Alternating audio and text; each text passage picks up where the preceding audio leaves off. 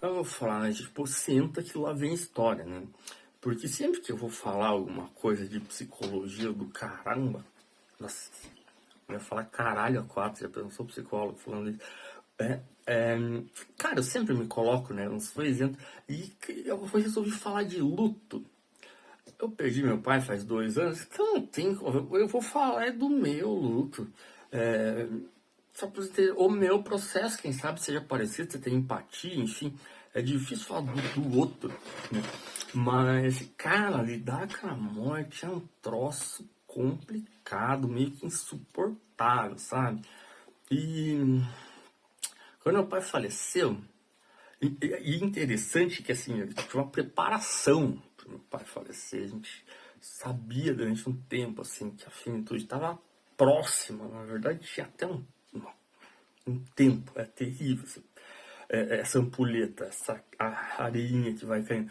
Mas tinha algumas coisas que parecia que não faziam mais sentido, sabe? Porque duas historinhas para variar. Eu publiquei um livro em 2016, mas esse livro surgiu de uma besteiragem, mas de umas bobiça. Você não faz ideia. Eu sempre gostei muito de escrever. E eu tenho uma maneira de escrever muito simples, assim.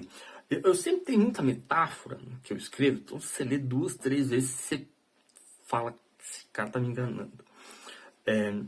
Mas assim, sempre tive uma facilidade assim, de ter uma linguagem muito tranquila. Acho que é por trauma dos meus professores da graduação em psicologia. Porque tinha uns que adoravam complicar a vida da gente. Nossa Senhora. As pessoas lembram de mim da época da graduação porque eu levantava assim, professor. Se o senhor conseguir explicar de outra forma porque eu tô me sentindo tão burro, né? Tinha gente que dava risada, mas tinha gente que entendia que eu tava falando sério mesmo. E acho que por isso eu adquiri essa forma simples de fazer. E daí eu pensei, cara, como é que eu vou escrever agora que meu pai. Porque meu tesão era escrever pro meu pai ler e pro meu pai gostar. Mas pensa assim, a bobice do livro é assim. Eu gostava de fazer os textos e a forma simples que eu escrevia, acredite, Facebook, eu sou velho, né, gente? Eu postava um textão gigante no Facebook. Gente do céu. Até eu ficava de cara, porque a galera curtia um monte e era comentário que não acabava mais. E muitos dos comentários era, cara, faz um livro, velho, bota isso num livro. E eu sempre falei, tá, sabe quanto custa isso? Né? Não sou Augusto Cury, né, cara? Não tô escrevendo 10 passos para ser feliz. Não. E daí, cara, e um dia eu escrevi um texto, Herói não tem defeito. Falava do meu pai. Enfim, não vou contar toda a história aqui, porque nem faz sentido. Mas, assim, meu pai, ele teve poliomielite e ele tinha uma diferença de tamanho nas pernas. Cara, eu nunca tinha visto isso, porque herói não tem defeito. Com 7 anos de idade, numa situação que aconteceu que a minha mãe e a minha irmã me contaram. E aquilo foi estarrecedor para mim. E quando eu lembrei disso, eu escrevi esse texto. Pra contar que, cara, não tinha mesmo. Depois que eu via, daí eu olhei, não. Até porque não é um defeito. Não. Um paizão daquele, pô, tem uma diferençazinha na perna, não é nada, cara, tá louco. Pô, eu sou feio, magrelo, cabeludo, isso é defeito. Enfim, cara, mas pensa, meu pai odiava, ele não gostava disso, pra ele era uma coisa meio complicada. Ele não usava bermuda quase, porque dava pra ver, ele usava uma palmilha maior no tênis. E quando eu mostrei pra ele o texto, já tinha publicado, ele não falou nada, porque normalmente meu pai não falava nada. Mas só o olhar dele assim, foi reprovador, assim. Eu pensei, nossa, deu vontade de apagar, mas confesso que eu não apaguei porque a minha vaidade não deixou. Porque tinha cada comentário gostoso. E muitos dos comentários eram de amigos do meu pai. E não sei o que foram falando pra ele. E um dia ele não tinha Facebook, nem nada, não era tempo do smartphone para todos os lados. Porque depois ele tinha um smartphone, Deus o livre, era um terror no Facebook. Só besteira. E, é, enfim, ele deixa eu ver os textos, né? E daí eu levava impresso ou escrito na mão. Eu sempre tive o costume de escrever, ainda tenho, eu escrevo tudo na mão e depois eu passo pro computador, porque a gente é obrigado a fazer isso. Mas muitas vezes o texto muda porque eu não entendi nem o que eu escrevi, né? Eu escrevi tanta coisa. Gente, eu me lembro daí quando foi para publicar o livro, eu falei, pai, e esse texto, assim, pra mim cara, é o texto, né? Você fica chateado de eu publicar, enfim. Cara, pra variar, ele não falou nada. Tipo, mas o olho ficou marejado, sabe? E ele falou. Desde então, eu falei, cara, né? Quase tudo que eu escrevi eu mostrava pra ele. E depois eu falei, cara, como é que eu vou escrever, cara? Que eu não tenho meu pai pra mostrar. Às vezes eu escrever meio que tipo, muito direcionado pra ele. Eu falei, cara, eu sei que ele vai ler essa parada e vai ficar orgulhoso. É mais ou menos isso. Canalice minha, né? Enfim, outra coisa. Já tava velho. Ele falou, Rafael, eu quero aprender a tocar violão. Eu falei, pai, eu não sou um professor de violão, você sabe, né, cara? Primeiro porque eu arranho, toco mal. Não sei porque eu tenho esse tanto todo de violão que eu tenho. Mas, assim, eu não consigo te ensinar. Porque eu também nunca fiz aula, então...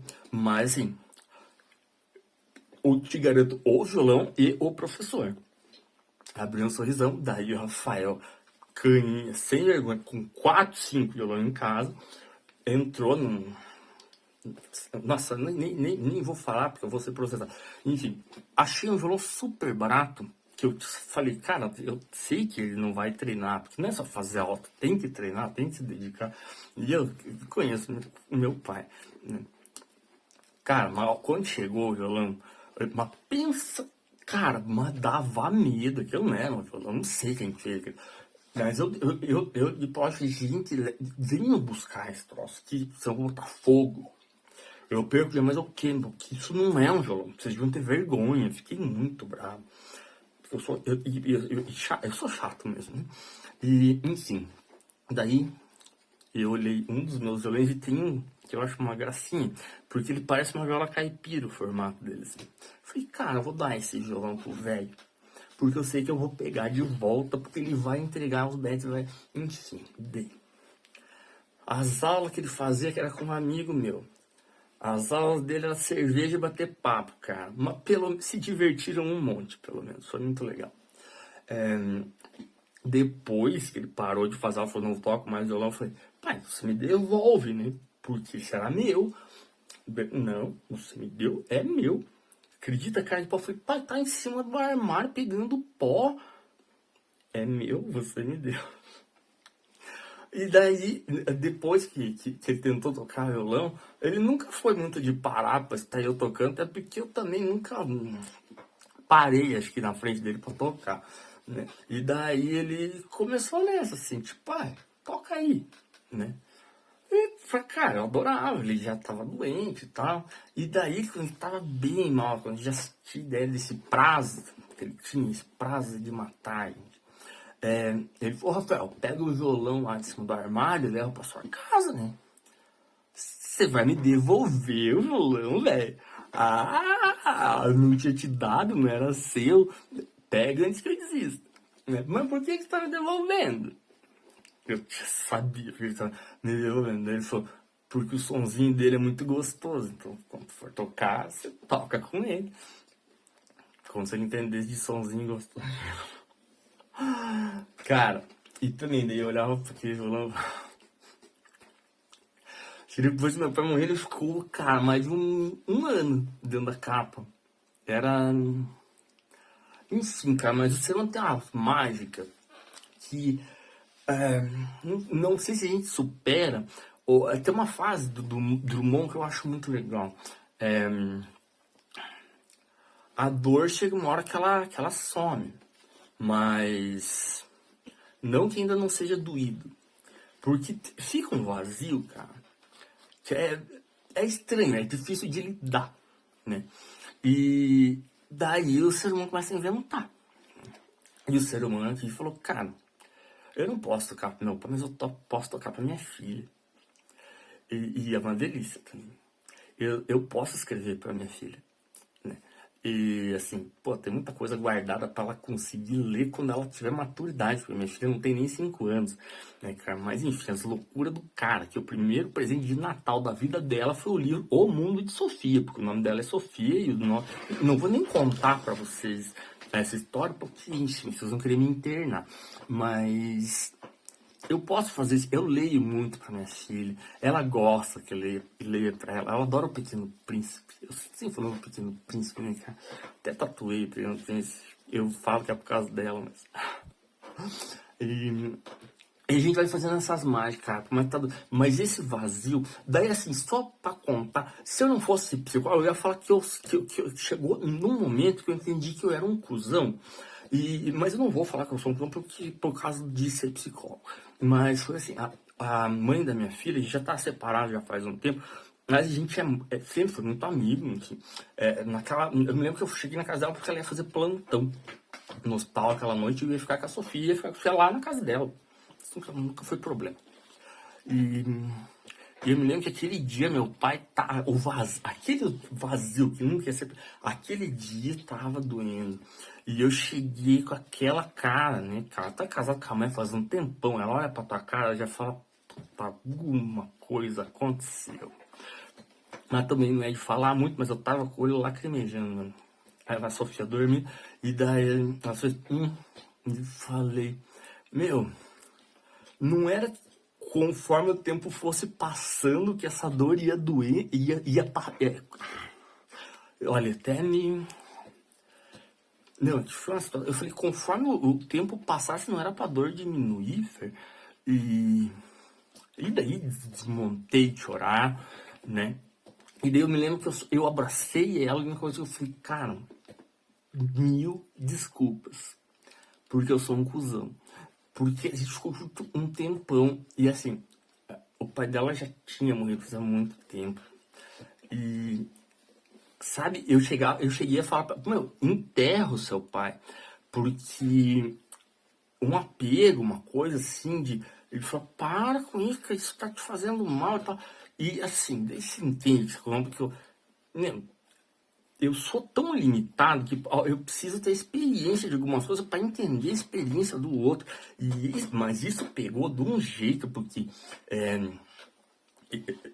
eu sou grosso, né? Eu não preciso falar. Então, imagina como não deve ter sido difícil para ela ter escutado algumas vezes eu ter falado isso. Até que no momento eu entendi que não fazia bem mesmo. Então, Rafael, cala a boca, você não precisa entender, pronto, acabou. Mas nesse momento eu precisei falar que... Pedir desculpa e falar que eu era um cuzão. Porque daí, naquele momento eu entendi esse vazio que, que, que fica, que vai ficar e que nada vai preencher, né?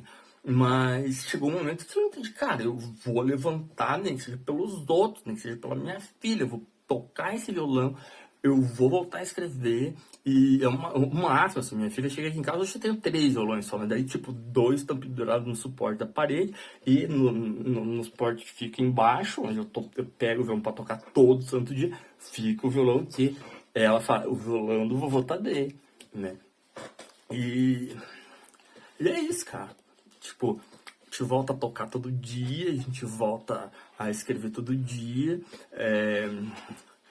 A, o- Sempre tem um pouco de dor, um pouco de vazio. Uma hora vem a memória, vem as lágrimas, mas por mais que não entenda e que de repente em algum momento que a morte seja insuportável, eu acho que, cara, o ser humano, a gente inventa de tudo pra levantar e continuar, tanto que eu toco o violão do meu pai todo dia e escrevo praticamente todo dia. Cara, Melhor inventar felicidade, porque eu tenho certeza que ele vai querer me ver tão feliz. E assim dói menos, mas ainda dói.